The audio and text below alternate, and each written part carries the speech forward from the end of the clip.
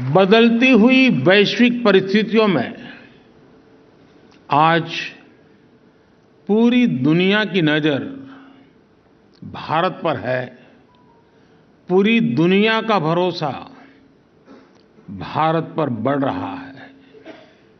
ऐसे में आज भारत के लिए जरूरी है कि हम हर अवसर का लाभ उठाएं, कोई भी अवसर जाने न दें। आज भारत की प्राथमिकता है ease of living, ease of doing business, ease of travel, ease of communication और साथ ही ईज ऑफ जस्टिस। भारत के नागरिक ईज ऑफ जस्टिस के हकदार है और सुप्रीम कोर्ट इसका प्रमुख माध्यम है। साथियों, देश की पूरी न्याय व्यवस्था सुप्रीम कोर्ट के दिशा निर्देशों और मार्गदर्शन, आपके गाइडेंस पर निर्भर होती है। ये हमारा कर्तव्य है कि इस कोर्ट की एक्सेसिबिलिटी भारत के अंतिम छोर तक हो और इससे हर भारतीय की आवश्यकताएं पूरी हो सके। इसी सोच के साथ कुछ समय पहले ई कोर्ट मिशन प्रोजेक्ट के तीसरे चरण को स्वीकृति दी है। इसके लिए दूसरे फेज से 4 गुना ज्यादा राशि को मंजूरी दी गई है। ये तो आपका विषय है, ताली बजा सकते हैं। मनन मिश्रा में ताली न बजाए वो तो मैं समझ सकता हूं, वो आपके लिए कठिन काम था। मुझे खुशी है कि देश भर की अदालतों के डिजिटाइजेशन को चीफ जस्टिस चंद्रचूड़ खुद मॉनिटर कर रहे हैं। ईज ऑफ जस्टिस के प्रयासों के लिए मैं उन्हें बधाई देता हूं। साथियों, हमारी सरकार अदालतों में फिजिकल इंफ्रास्ट्रक्चर को सुधारने के लिए भी प्रतिबद्ध है।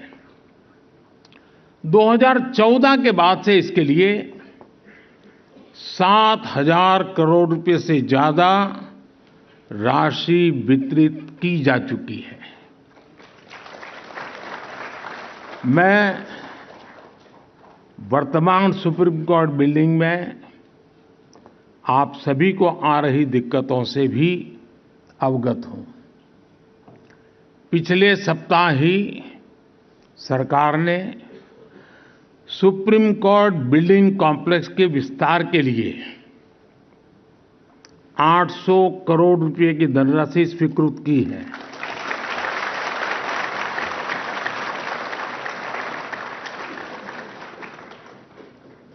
बस अब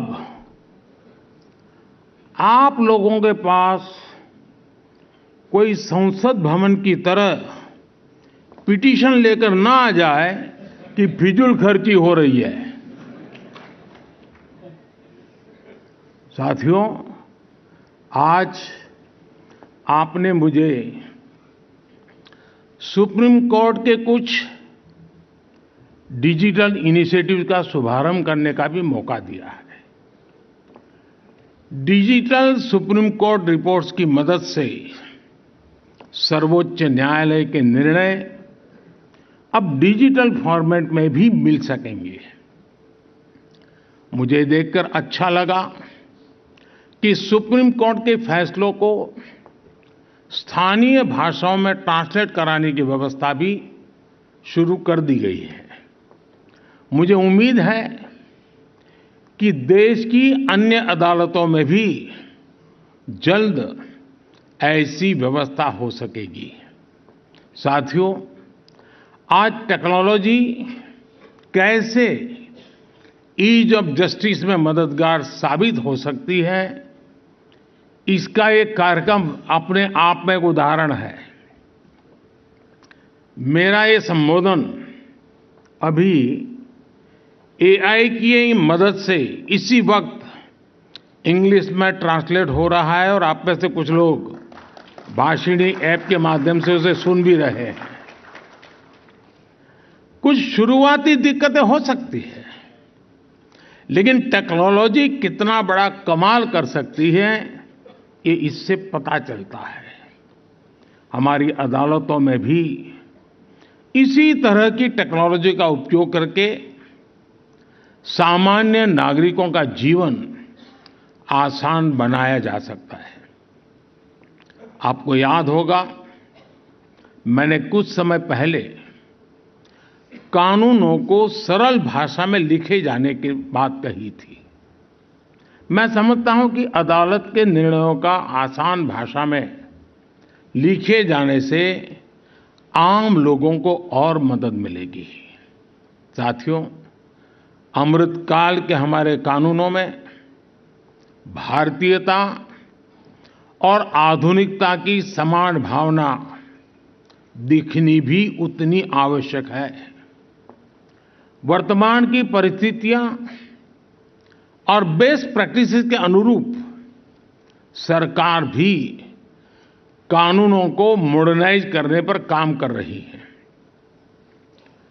पुराने कॉलोनियल क्रिमिनल लॉज को खत्म करके सरकार ने भारतीय नागरिक सुरक्षा संहिता, भारतीय न्याय संहिता और भारतीय साक्ष्य अधिनियम की व्यवस्था शुरू की है। इन बदलावों के कारण हमारे लीगल, पॉलिसिंग और इन्वेस्टिगेटिव सिस्टम ने नए दौर में प्रवेश किया है। एक बहुत बड़ा परिवर्तन है। सैकड़ों वर्ष पुराने कानूनों से नए कानूनों तक पहुंचने का परिवर्तन सहज हो, यह बहुत जरूरी है। इसके लिए पहले ही सरकारी कर्मचारियों की ट्रेनिंग और कैपेसिटी बिल्डिंग का काम भी शुरू कर दिया गया है। मैं सुप्रीम कोर्ट से आग्रह करूंगा कि वो भी सभी स्टेक होल्डर्स की ऐसी कैपेसिटी बिल्डिंग के लिए भी आगे आएं। साथियों, एक सशक्त न्याय व्यवस्था विकसित भारत का प्रमुख आधार है। सरकार भी लगातार एक विश्वस्त व्यवस्था बनाने के लिए अनेक निर्णय कर रही है। जन विश्वास बिल इसी दिशा में उठाया गया कदम है। इससे आने वाले समय में न्याय व्यवस्था पर बेवजह पड़ने वाला बोझ कम होगा। इससे पेंडिंग केसेस की संख्या भी घटेगी। आप जानते हैं कि सरकार द्वारा अल्टरनेटिव डिस्प्यूट रिजोल्यूशन के लिए लॉ ऑफ मीडिएशन की व्यवस्था भी की गई है। इससे भी हमारी न्यायपालिका, विशेष रूप से सब ऑर्डिनेट जुडिशरी पर पड़ने वाला बोझ कम हो रहा है। साथियों, सभी के प्रयास से ही भारत 2047 तक विकसित भारत के लक्ष्य को प्राप्त कर पाएगा।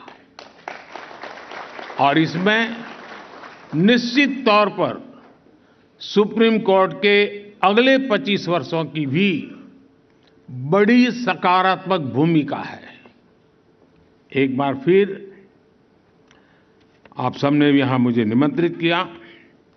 आप सबके ध्यान में शायद एक बात आई होगी, लेकिन ये फोरम ऐसा है कि मुझे लगता है कि उसका जिक्र करना मुझे अच्छा लगेगा। इस बार जो पद्मा अवार्ड जो दिए गए हैं, उसमें सुप्रीम कोर्ट के रिटायर्ड जज और समग्र एशिया की पहली मुस्लिम सुप्रीम कोर्ट जज, उनको इस बार फातिमा जी को हमने पद्म भूषण सम्मान दिया है। और मेरे लिए ये बहुत गर्व की बात है।